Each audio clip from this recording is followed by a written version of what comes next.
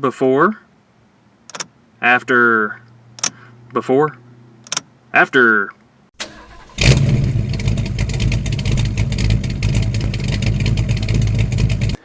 Hey, welcome to Riggs Garage. Are your gauge lights all the way out? Your HVAC lights all gone? Or are they coming on and off? Does your dimmer switch not really work? If your lights are off all the time, check your fuses first, but if they are off all the time and your fuse is good, then your dimmer switch might be broken. These are 30-plus-year-old dimmer switches now. If you have a 92 through 95 EG Civic, and probably more Hondas, I'm not sure what years they use the same dimmer switch, but these dimmer switches always go out.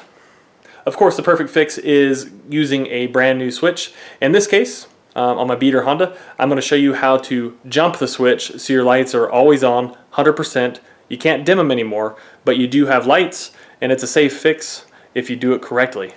Let me show you how to do it.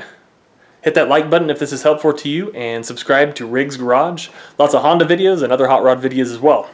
Thank you. And then you might notice sometimes if you tap your switch that the gauge's light will come off and on. So when you're diagnosing the issue, go ahead and rap on this switch, move the dimmer up and down, and try to get them to blink. If your lights are all blinking, that's 100% confirmation that the switch is your problem. Now I'll show you how to remove this panel right here. Now before we dig into the dash of this car with the wrong metal tools, with a screwdriver or a knife blade or something, I would recommend you get one of these interior pry bar kits. They're not very expensive on Amazon. I'll post a link to a kit below. Go ahead and click that link and order these, especially if you do stereo work, or if you have an old car like all of us do and there are light bulbs burning out here and there. You want to get the right tools, because this plastic will not beat up other plastic pieces, whereas metal is going to always win over plastic because plastic is much softer. So let's use this tool on the car now. Also, when you buy tools or anything through the affiliate links below in the description of this video, it helps Riggs Garage financially so I can keep doing projects and videos like this. And I really, really appreciate you for doing it. Alright, this panel here, the whole panel will pop out. So I like coming in from the bottom like so, and you can see the whole thing is coming out. Just be really gentle.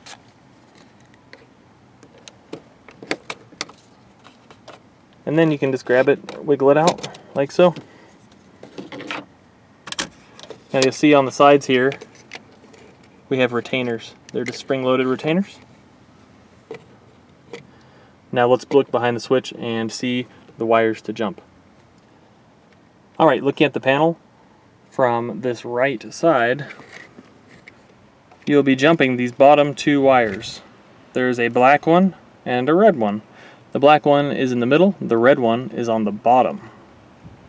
So I'll show you what's next. Here's what I did. I got a paper clip that is rubber coated and I stripped the ends. I like having the rubber coating on here so this thing can't ground out, short out on anything. I'm not comfortable with just having a large raw wire back there, although it doesn't look like it would touch anything, so if you're in a pinch, a regular paper clip would probably do it. Now this is rigid so I can shove it down in that wiring clip. Alright, this is the bottom over here, and I'm putting the clip in.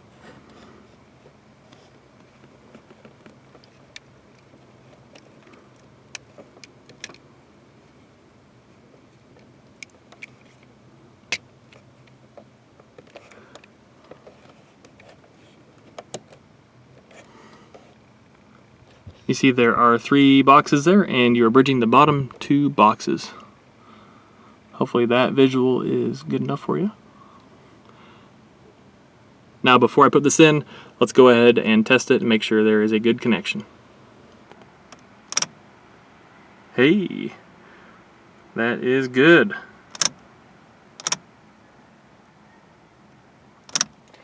You can also see the HVAC lights are coming on. I do have a bulb out over here, looks like.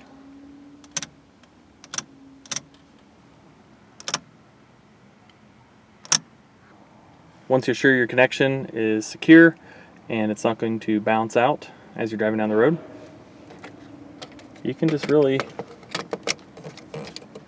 pop this whole unit in gently. And you're done. Then test it again after you do that, just to make sure nothing got dislodged. All good. Let's run it.